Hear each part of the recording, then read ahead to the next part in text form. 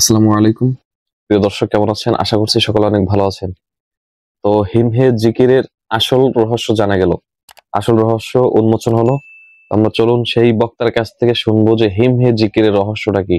আর উনি মাহফিলে বলতেছে উনি নাকি হিমহে হিমহে নাকি বলে নাই। তো আমরা প্রথমে তার জিকিরটা শুনবো, তারপর তার আরেকটি বক্তব্য শুনবো। ভিডিওটি শুরু করার আগে একটি রিকোয়েস্ট, ভিডিওটি ভালো লাগলে একটি লাইক দিবেন, চ্যানেলটি সাবস্ক্রাইব করে রাখবেন। ভিডিওটি কেমন হয়েছে কমেন্ট করে জানিয়ে যাবেন। নিত্য নতুন ভিডিও পেতে চ্যানেলটা অবশ্যই সাবস্ক্রাইব করে রাখবেন। তো চলুন মূল ভিডিওটি আমরা শুরু করি।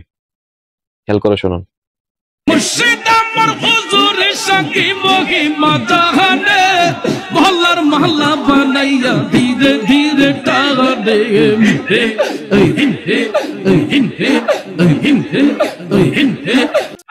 বলুন কি বলছে? হিমহি। এখন তার একটা বক্তব্য শুনুন, তিনি কি বলতেছে। তিনি নাকি হিমহি বলে নাই। আপনার কমেন্ট করে জানিয়ে যাবেন যে তিনি কি বলেছেন। তাহিরি সাহেব এবং আমি একটা মাহফিলে জিকির করেছিলাম।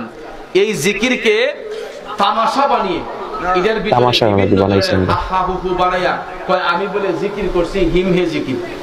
হ্যাঁ, হিমকে জিকির বলে করছি। আপনারা বলেন তো হিমহে হিমকে কোন জিকির আছে? না, আপনি তো করলেন। আস্তাগফিরুল্লাহ আস্তাগফিরুল্লাহ। যারা আল্লাহর জিকিরকে বিকৃত করে করে আল্লাহ অবশ্যই তাদের বিচার করবেন। আমার দেয়ানে খেয়ালে কখনো এইরকম বিশ্রী আচরণ ছিল না যে আমি আল্লাহ পাকের জিকিরের শানে বিয়াদবি করব। এই উদ্দেশ্যে এই খাসিয়তে জিকির করি নাই।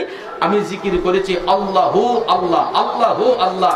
উনি নাকি আল্লাহু আল্লাহ বলছেন। আবার একটু আমরা একটু শুনি কি জিকিরটা করছেন তিনি। মুর্শিদ আমার হুজুরের সঙ্গে মহিমা জাহানে মহল্লার মহল্লা বানাইয়া ধীরে ধীরে টানে। বলুন কি বললো সে, আবার শুনুন। ধীরে ধীরে টানে।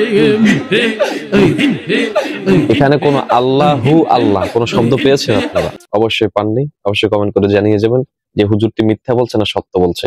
তো ভিডিওটি এই পর্যন্ত। ভিডিওটি ভালো লাগলে একটি লাইক দিবেন, চ্যানেলটা অবশ্যই সাবস্ক্রাইব করে রাখবেন নিত্য নতুন ভিডিও পেতে। কমেন্ট করে জানিয়ে যাবেন যে ভিডিওটি কেমন হয়েছে। দেখা হচ্ছে নতুন আরো একটি ভিডিওতে। ততক্ষণ সবাই ভালো থাকুন, সুস্থ থাকুন। আল্লাহ হাফেজ।